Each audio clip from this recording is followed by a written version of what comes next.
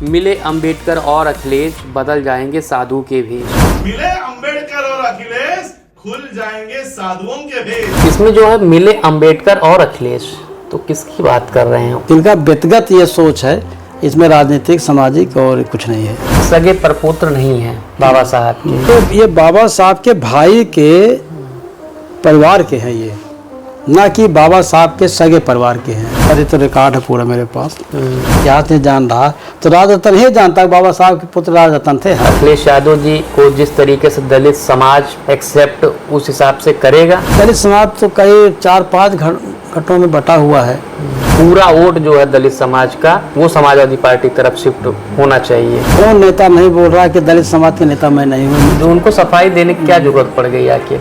और भाषा जो है अच्छा नहीं था, इसमें अखिलेश जी का नुकसान हो जाएगा। और रिकॉर्ड जैसा आ रहा है कि उन्हें 194 वोट मिले थे। तो बाबा साहब का नाम लोगे तो बाबा साहब समर्थक हमको वोट देंगे। बाबा साहब ने जो कहा इसको इस पर चले, अन्यथा सारी की सारी सब राजनीति। मानव काशीराम साहब बहुजन सुरक्षा दल का जिला प्रभारी बनाया था। काशीराम साहब ने कहा कमलाकांत मेरे गाड़ी में बैठ, तुमने कहा नहीं साहब मैं कहने तो बैठ मेरे गाड़ी पर। खंडेड़ी वाले थे, मोतीलाल खंडेड़ी वाले। काशीराम साहब तुरंत बुला लिए खंडेड़ी वाले को। तो काशीराम साहब काम करने तरीका अलग। लाइन में बताइए कौन सी पार्टी चल रही है इनके आदर? मेरे दिमाग में तो कोई नहीं चल रही।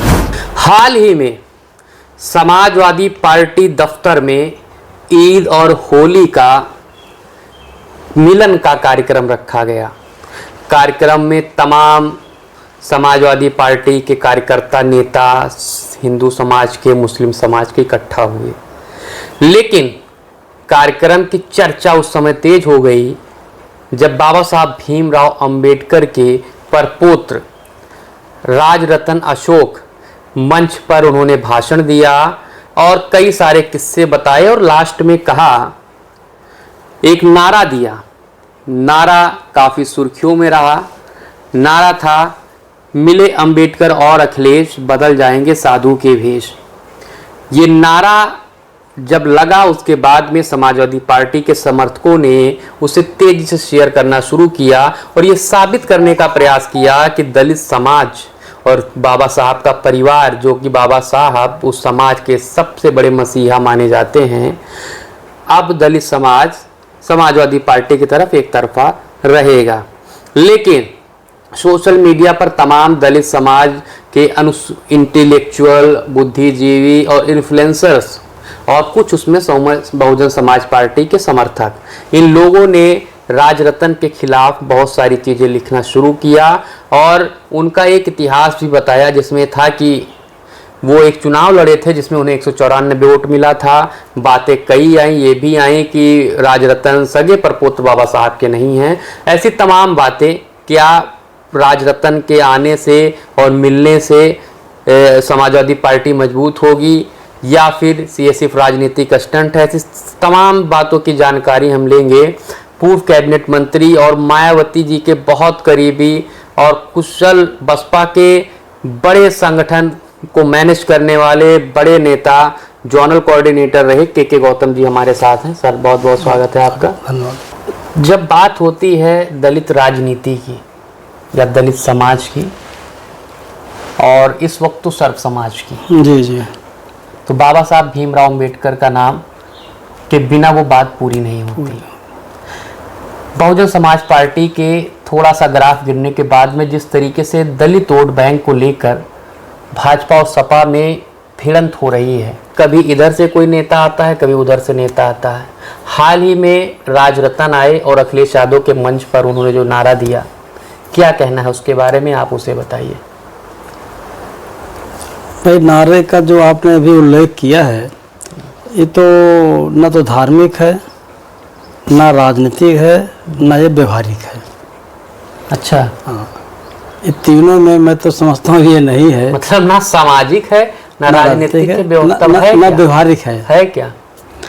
अब ये इनकी इंटरनल सोच का ये प्रतिफल है जो बोला इन्होंने, जो मैं समझता हूँ। हो सकता मैं गलत हो, लेकिन ये मैं तीनों में इसमें इस शब्द को प्रयोग नहीं करूँगा, ये सब चीज़। तो इनका व्यक्तिगत ये सोच है, इसमें राजनीतिक सामाजिक और कुछ नहीं है। ये तो जो नारा था, उन्होंने कहा एक नारा पहले लगा था, मतलब मिले मुलायम काशीराम, जो 90 के दशक में लगा था। उन्हें हालांकि जिक्र उसका नहीं किया, उन्होंने कहा एक नारा दे रहा हूँ। इसमें जो है मिले अंबेडकर और अखिलेश, तो किसकी बात कर रहे हैं? अपनी बात कर रहे हैं, क्योंकि अपने नाम में भी वो लगाते हैं अंबेडकर राजरत्न अशोक, और बाबा साहब के नाम में तो अंबेडकर है ही। तो किसकी बात कर रहे हैं? मतलब बाबा साहब वाले अंबेडकर और अखिलेश मिले हैं कि ये अखिलेश जी के साथ मिले हैं तो अब योगी जी की छुट्टी हो जाएगी? नहीं, तो मैं तो सोशल मीडिया में देखा था कि राजरत्न जी बहन जी से भी मुलाकात हुई थी एक 4-8 महीने पहले, ऐसे कुछ सोशल मीडिया में आ रहा था। अच्छा। और राजरत्न जी तो घूमते टहलते रहते हैं, सामाजिक मतलब बोलते रहते हैं, घूमते टहलते रहते हैं, लेकिन ज़्यादातर इनको धार्मिक पर ज़्यादा, बौद्ध धर्म पर ज़्यादा ये बोलते हैं, अंधविश्वास पखंड पर ज़्यादा बोलते हैं। लेकिन राजनेता के पास जाकर ये जो भाषा का जो इन्होंने नारा लगाया, ये नारा का ये नुकसान होगा, जिस नेता से मिला है इनका नुकसान ही होगा। मतलब अखिलेश जी का फायदा ज़्यादा नुकसान हो सकता है? नुकसान हो सकता है। अच्छा, एक बात आ रही है, कई लोग सोशल मीडिया पे एकदम भरा पड़ा है, सोशल मीडिया तमाम एक एक व्यक्ति का नाम न लिख, काफ़ी डेटा है उसका, वो लोग कह रहे हैं सगे प्रपुत्र नहीं है बाबा साहब के। इसका क्या इतिहास है, आप इसे स्पष्ट करिए, क्योंकि आपके पास तो पूरा डेटा है इस चीज़ का। देखिए, परम पूज्य बाबा साहब अम्बेडकर के बाबा का नाम तो आपको मैं व्यावहारिक रूप से बताया ही था। बाबा साहब के 14 पुत्र थे, 14 परिवार, 14 बच्चे थे। इसमें 7 तो छोटे बचपन में ही ख़त्म हो गए थे, 7 जीवित थे। इसमें 3 पुत्र जीवित थे और 4 पुत्रियां जीवित थी। पुत्र में बालाराम बड़े थे, फिर आनंद राव हुए, फिर बाबा साहब अम्बेडकर हुए। तो जिनका रिकॉर्ड, बालाराम के परिवार का थोड़ा रिकॉर्ड है, आनंद राव का रिकॉर्ड है, रखा भी है, आप दिखा भी सकते हैं। हाँ, दिखा भी सकता हूँ, इनका तो रिकॉर्ड है पूरा मेरे पास। तो बाबा साहब के जो सेकंड बड़े भाई थे, इनके साथ आते जाते बड़ा मदद करते आनंद राव जी, तो सहयोगी थे बाबा साहब सब चलते भी थे। तो बाबा साहब के साथ जो उनके बाबा साहब के पुत्र थे यशवंत राव, इनका स्वास्थ्य बहुत अच्छा नहीं रहता रहा। तो बाबा साहब के भाई अर्थात जो आनंद जी थे, आनंद, तो आनंद के बच्चे का नाम था मुकुंद। इतिहास के आप पढ़ने में देखिए तो मिलेगा। मुकुंद ज़्यादातर बाबा साहब साथ आते जाते थे। अच्छा, मुख्य सहयोगी मुकुंद रहे? मुकुंद, हाँ, बाबा के ये यशवंत राव थोड़ा से स्वास्थ्य बहुत अच्छा नहीं था, तो मुकुंद चलते थे। तो आप इतिहास पढ़ने में काफ़ी मिलेगा। तो मुकुंद के 2 बच्चे हुए, मुकुंद के 2 बच्चे हुए, गंगाधर हुए, मतलब ये जो आनंद राव के 2 बच्चे हुए, मुकुंद और आपका गंगाधर बाल मृत्यु हो गई। अब जो मुकुंद के 4 बच्चे भय, फिर मुकुंद के 4 बच्चे भय, अशोक, दिलीप, विद्याताई, सुजाता बाई। और अशोक के 2 बच्चे हुए, संदेश और राजरत्न। संदेश और राजरत्न, ये वाले राजरत्न। और बाबा साहब के भी 5 बच्चे हुए। 5 बच्चे में 4 बच्चे का देहांत हुआ, 1 बच्चा जीवित था, यशवंत राव अम्बेडकर। तो यशवंत राव अम्बेडकर के भी 4 बच्चे भय, जो भी सब जीवित हैं। प्रकाश हैं, भीमराव अम्बेडकर हैं, और आपके आनंद राव हैं, रमाबाई इनकी बेटी है। तो ये बाबा साहब के भाई के परिवार के हैं, ये ना कि बाबा साहब के सगे परिवार के हैं। अब सगा भाई पौत्र या पुत्र परिवार के, हाँ, माना जाए परिवार के हैं। तो लेकिन क्योंकि राजरत्न बाबा साहब के जो आखिरी पुत्र हुए, पैदा हुए, ये तो 2 साल में भाई इनका 24 में जन्म हुआ था। इनका जन्म जो है 16/6/2024 में जन्म हुआ, और 16/7/2026 में मृत्यु हो गई थी राजरत्न का। भाई जो समाज जो जान नहीं रहा, इतिहास नहीं जान रहा, तो राजरत्न ही जानता है बाबा साहब के पुत्र राजरत्न थे। हाँ, थे। तो इधर जो है बाबा साहब के भाई भी अपने बच्चे के परिवार में राजरत्न रखे। बाबा साहब आखिरी पुत्र जो लड़का खत्म हुआ था भी राजरत्न था। तो कन्फ्यूजन इसमें समाज में होती है, तो स्पष्ट मेरे द्वारा स्पष्ट होना चाहिए। उनका जो भाषण था उससे कहीं लगता था कि एक उन्होंने पुराना एक किस्सा बताया कि जब अंबेडकर जी संविधान लिख रहे थे, उस वक्त कोई ओबीसी समाज के बड़े नेता उनके पास आए और ये सिफारिश करने कि इसमें जो पिछड़ा ओबीसी है उसके के बारे में कुछ, उसके लिए भी कुछ अधिकार अच्छे होने चाहिए, कुछ नियम कानून अच्छे होने चाहिए। तो उन्होंने देखा कि अंबेडकर जी ने पहले ही वो सब चीज़ें लिख दी थी जो सिफारिश करने आए थे। तो अब उनका ये कहना था कि अंबेडकर जी ने जो सपना देखा था उसे अब अखिलेश यादव पूरा करेंगे।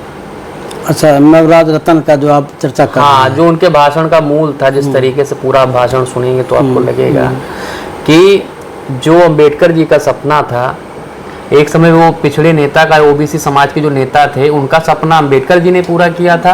अब अंबेडकर जी का जो सपना था वो सबको लेकर पीडीए के गठबंधन में बांधकर अखिलेश जी पूरा करेंगे। क्या लगता है अखिलेश यादव जी को जिस तरीके से दलित समाज एक्सेप्ट उस हिसाब से करेगा? क्योंकि पीडीए की बात चल रही है अभी। अब भाई देखिए भाई, राजनीति तो इसमें जो अनुसूचित जात, मतलब अनुसूचित जात में दलित समाज तो कई 4-5 घटों में बटा हुआ है।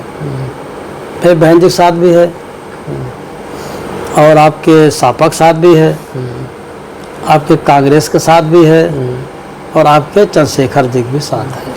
सपा के पास देखिए बसपा से निकले कितने नेता हैं दलित अच्छा, समाज। जो ये मिठाई लाल जो अनुसूचित जात के जो सेल के जो राष्ट्रीय अध्यक्ष बने हैं, मैं जब आजमगढ़ का जोन का इंचार्ज था तो ये बलिया में जिला प्रभारी हुआ करते थे।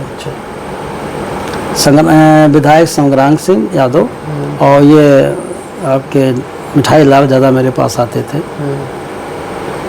तो ये जो दलित समाज बटा हुआ है चारों तरफ।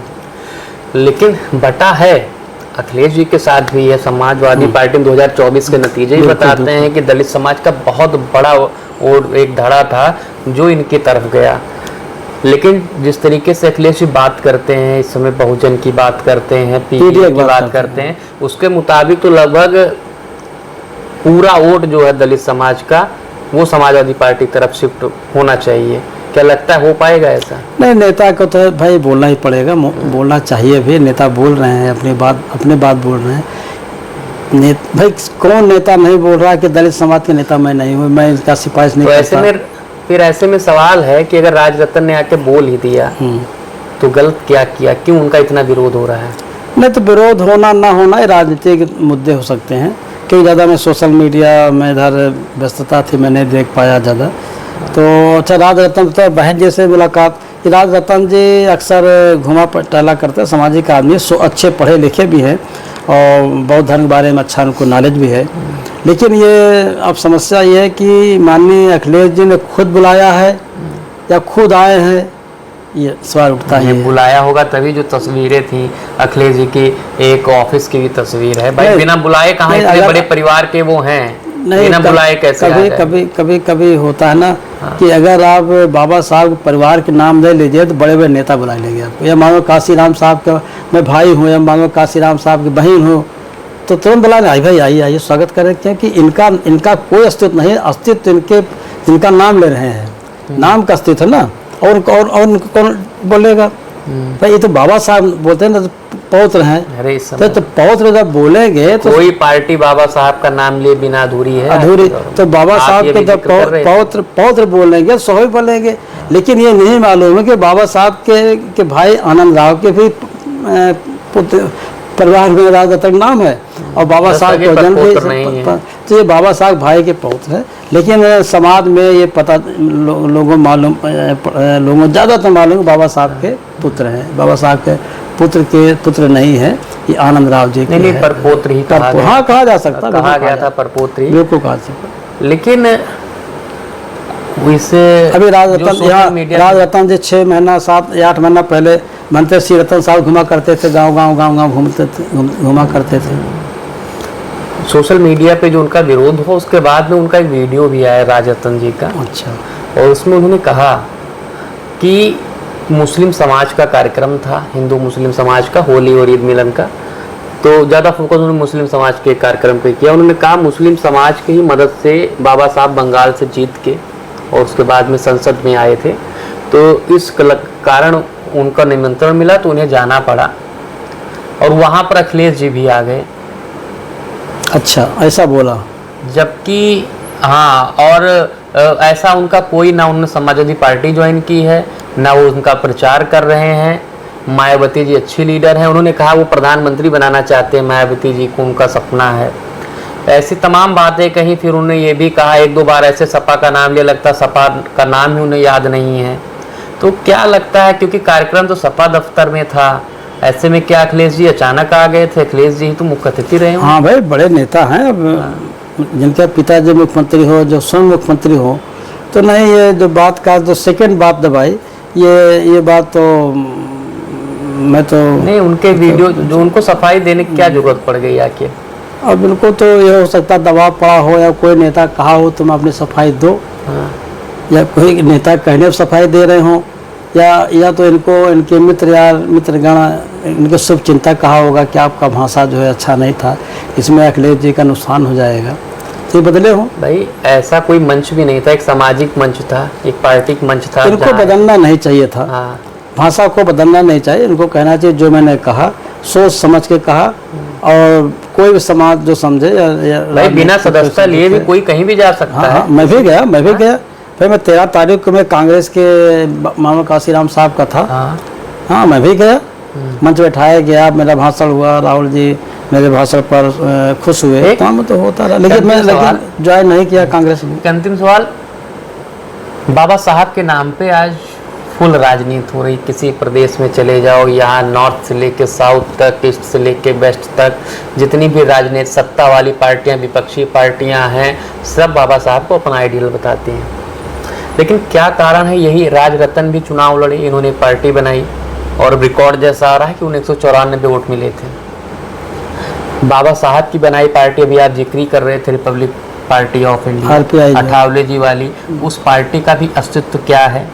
क्या कारण है जो अन्य पार्टियां हैं वो बाबा साहब के नाम पर ज़्यादा लोगों को लामबंद कर ले रही हैं, लेकिन जो बाबा साहब से चाहे जुड़ा उनके परिवार का सदस्य वो चुनाव लड़ता है तो उसे वोट नहीं मिलता है, और बाबा साहब की जो पार्टी थी उसका जनाधार नहीं बचा? क्या कारण मानते हैं? देखिए, बाबा साहब के कही गई बात को जो अपने राजनीतिक जीवन में या अपने सत्ता के जीवन में उतारे, या बाबा साहब के कही गई बात को लागू करे, या बाबा साहब ने जो कहा इस पर चले, तब माना जा सकता है कि बाबा साहब को सम्मान करता है, अन्यथा सारी की सारी सब राजनीति है ये। नहीं तो यानी कि इसका मतलब है कि राजरतन जी बाबा साहब के उपदेशों पर नहीं चल रहे हैं? अब इसके बाद में जवाब नहीं, मेरा जवाब तो नहीं। बाबा साहब के बताए गए रास्ते पर जो बाबा साहब चाह रहे थे, गरीबी मिटे, सामाजिक आर्थिक राजनीतिक दूरियां मिटे, और सबके बाबा साहब का सामाजिक मूल्य सब छोड़ के सिर्फ राजनीति ही करना चाहते हैं। नहीं, बाबा मैं समझता हूँ कि बाबा साहब एक जैसे होते गांव में होता ना कि भैया ये करो तो ये मिल जाएगा, तो ऐसे चल रहा है कि बाबा साहब का नाम लोगे तो बाबा साहब समर्थक हमको वोट देंगे, लेकिन ऐसा है नहीं। एक अंतिम सवाल, काशीराम जी को लेकर इस समय युद्ध छिड़ा हुआ है, बसपा के तो वो बिल्कुल थे ही। बिल्कुल, काशीराम जी ने क्या कितने नेता पैदा किए उत्तर प्रदेश में। बिल्कुल। आज सत्ताधारी पार्टी के मुझे लगता है आधे से ज्यादा मिनिस्टर बसपा से निकले हुए हैं, और समाजवादी पार्टी में जो टॉप के लीडर्स आज के दौर में जो सांसद और टॉप लीडर्स हैं वो सब बहुजन समाज पार्टी के हैं, उनका नाम सब जानते हैं, लेने की जरूरत नहीं है। ऐसे में आप बताइए काशीराम जी किसके हैं? समाजवादी पार्टी ने भी कार्यक्रम किया, चंद्रशेखर आजाद ने भी बड़ा कार्यक्रम किया, सब कह रहे हैं कि मायावती जी काशीराम जी क्या वो उस पे आदर्शों से भटक गई। देखिए, मानव काशीराम साहब का मुख्य मुद्दा था सामाजिक परिवर्तन, आर्थिक मुक्त आंदोलन। मतलब समाज में परिवर्तन हो, और समाज में जिसका परिवर्तन नहीं हुआ है इसका आर्थिक इसकी तंगी दूर हो। तो सामाजिक परिवर्तन के साथ साथ व्यवस्था परिवर्तन मतलब आप जान रहे होंगे, आप पढ़े लिखे ज़्यादा हैं, व्यवस्था परिवर्तन और सामाजिक परिवर्तन में अंतर है।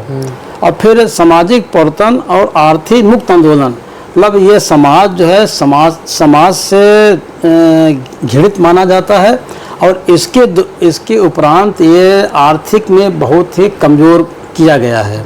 तो ये दोनों का जो समाज जो पार्टी सही रूप से लागू करेगी तो मानव काशीराम साहब को वोट मिलना चाहिए, ऐसा मुझे अभी अभी अभी अभी मैं मीडिया में देख रहा था कि राहुल जी से मानो काशीराम साहब की बहन गई थी आशीर्वाद देने, अभी 1 महीना हुआ।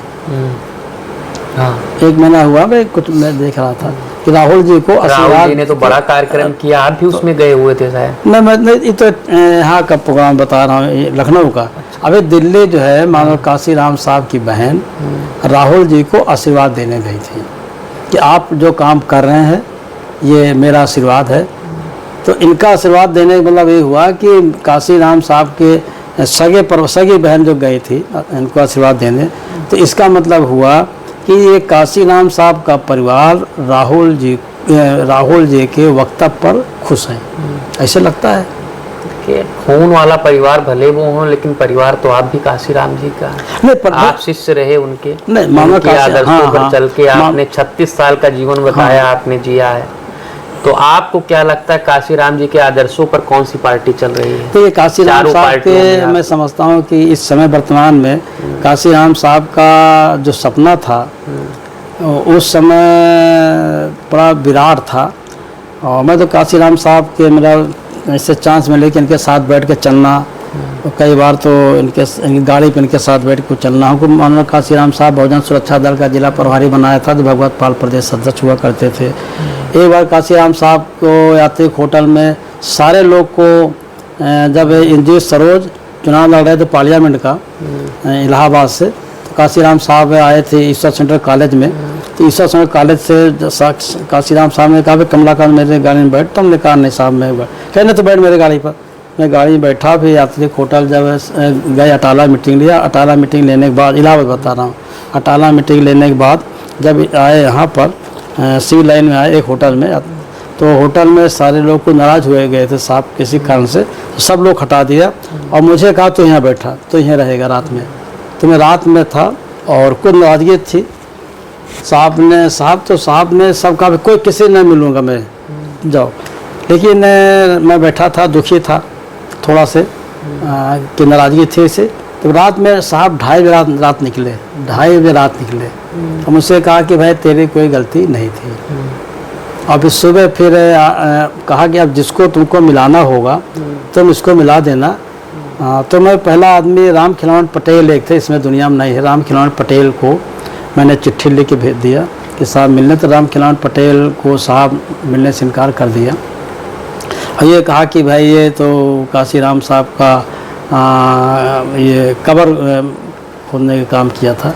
फिर इसके बाद एक खंडेरी वाले थे, मोतीलाल खंडेरी वाले, खंडेरी बजा कर ये समाज में काम करते थे। तो इनका मैं फिर दिया नाम, तो काशीराम साहब तुरंत बुला लिए खंडेरी वाले को और बुलाए, उसको चाय पिलाए, उसके साथ साथ मुझे भी चाय पिलाए। तो मैंने तुलना किया कि काशीराम साहब खंडेरी बढ़ाने वाले को कितना सम्मान दिया, एक नेता को सम्मान देने में कमी किया।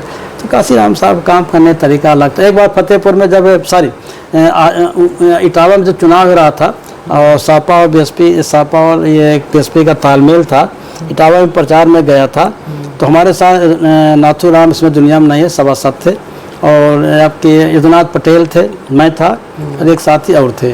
तो काशीराम साहब के इलाहाबाद के बारे में कुछ चर्चा कर रहे तो हम लोग मिले, तो कहा भाई बैठ जाओ। तो सब लोग चारपाई बैठ गए, 3 लोग बैठ गए, मैं चारपाई पर नहीं बैठा, इनके पलंग पर नहीं बैठा, मैं खड़ा था। तो कहा भाई चलो बैठो, तुम बैठ जाओ, तो मैं खड़ा था। बाद में सबसे नहीं नाम पूछा, लेकिन बाद में मेरा नाम पूछा, भाई नाम क्या है, क्या करते हो, तुम्हारे पिताजी क्या करते हैं, कितनी पढ़ाई लिखाई है। बाद में जब मैं कमरे के बाहर निकला तो यदुनाथ सिंह जो थे सीनियर वकील थे हमारे, कहा कमलाकांत यार बताओ यार, हम तीनों लोग को नाम नहीं पूछा, न पता पूछा, न शिक्षा पूछा, ना तुम्हारा नाम पता शिक्षा सब पूछा, ऐसा क्यों? तो कहा कि मेरे दिमाग में बाबू साहब ही आता है कि काशीराम जान गए तीनों नेता हैं, ये कार्य करता है। तो क्या मैं खड़ा हुआ, मैंने सोचा कितनी बड़ी हैसियत के बगल में बैठ के जल्दी बैठ जाते, नेता के पास जल्दी बैठ जाते, फोटो खिंच जाएगी। तो मेरे फ़ोटो खिंचाने की इच्छा नहीं थी, या मैं नेता के साथ बैठना मैं उचित नहीं, इसमें खड़ा था। अब आपको होगा कि जो तीनों साथी अभी इलाहाबाद में, मतलब काशीराम जी मेहनत करने वालों को चुनते जो बात हो। लेकिन ये अभी जवाब हुआ नहीं, एक लाइन में बताइए कौन सी पार्टी चल रही है इनके आदर्श? मैं समझता हूँ इस समय काशीराम साहब की पार्टी के मेरे दिमाग में तो कोई नहीं चल रही है कोई नहीं चल, ना कांग्रेस ना इस समय ना वर्तमान सपा, कल चल सकती है, ना एसपी हाँ ना बीएसपी और ना बीएसपी। तो सुना आपने, हमारे साथ पूर्व कैबिनेट मंत्री के गौतम जी थे जो काशीराम जी के शिष्य रहे और कई जिम्मेदारियां इन्होंने संभाली। इन्होंने बाबा साहब के परिवार से लेकर जो इस समय जो उन्होंने अखिलेश के साथ नारा लगाया जो रतन अशोक जी पर को लेकर कई बातें बताई और साथ में काशीराम जी के नेता बनाने के स्टाइल में उनके चुनाव करने के स्टाइल के बारे में चर्चा की। आगे और कई चर्चाएं इनसे जैसे हम करेंगे जिसमें काशीराम जी को लेकर, बहन जी मायावती जी को लेकर और भी जो बड़े बड़े नेता आज भाजपा में हैं, समाजवादी पार्टी में हैं, वो कैसे काम करते थे और कैसे राजनीति 36 सालों में 35 सालों में कितनी बार करवट लेकर आज यहाँ तक पहुँची है।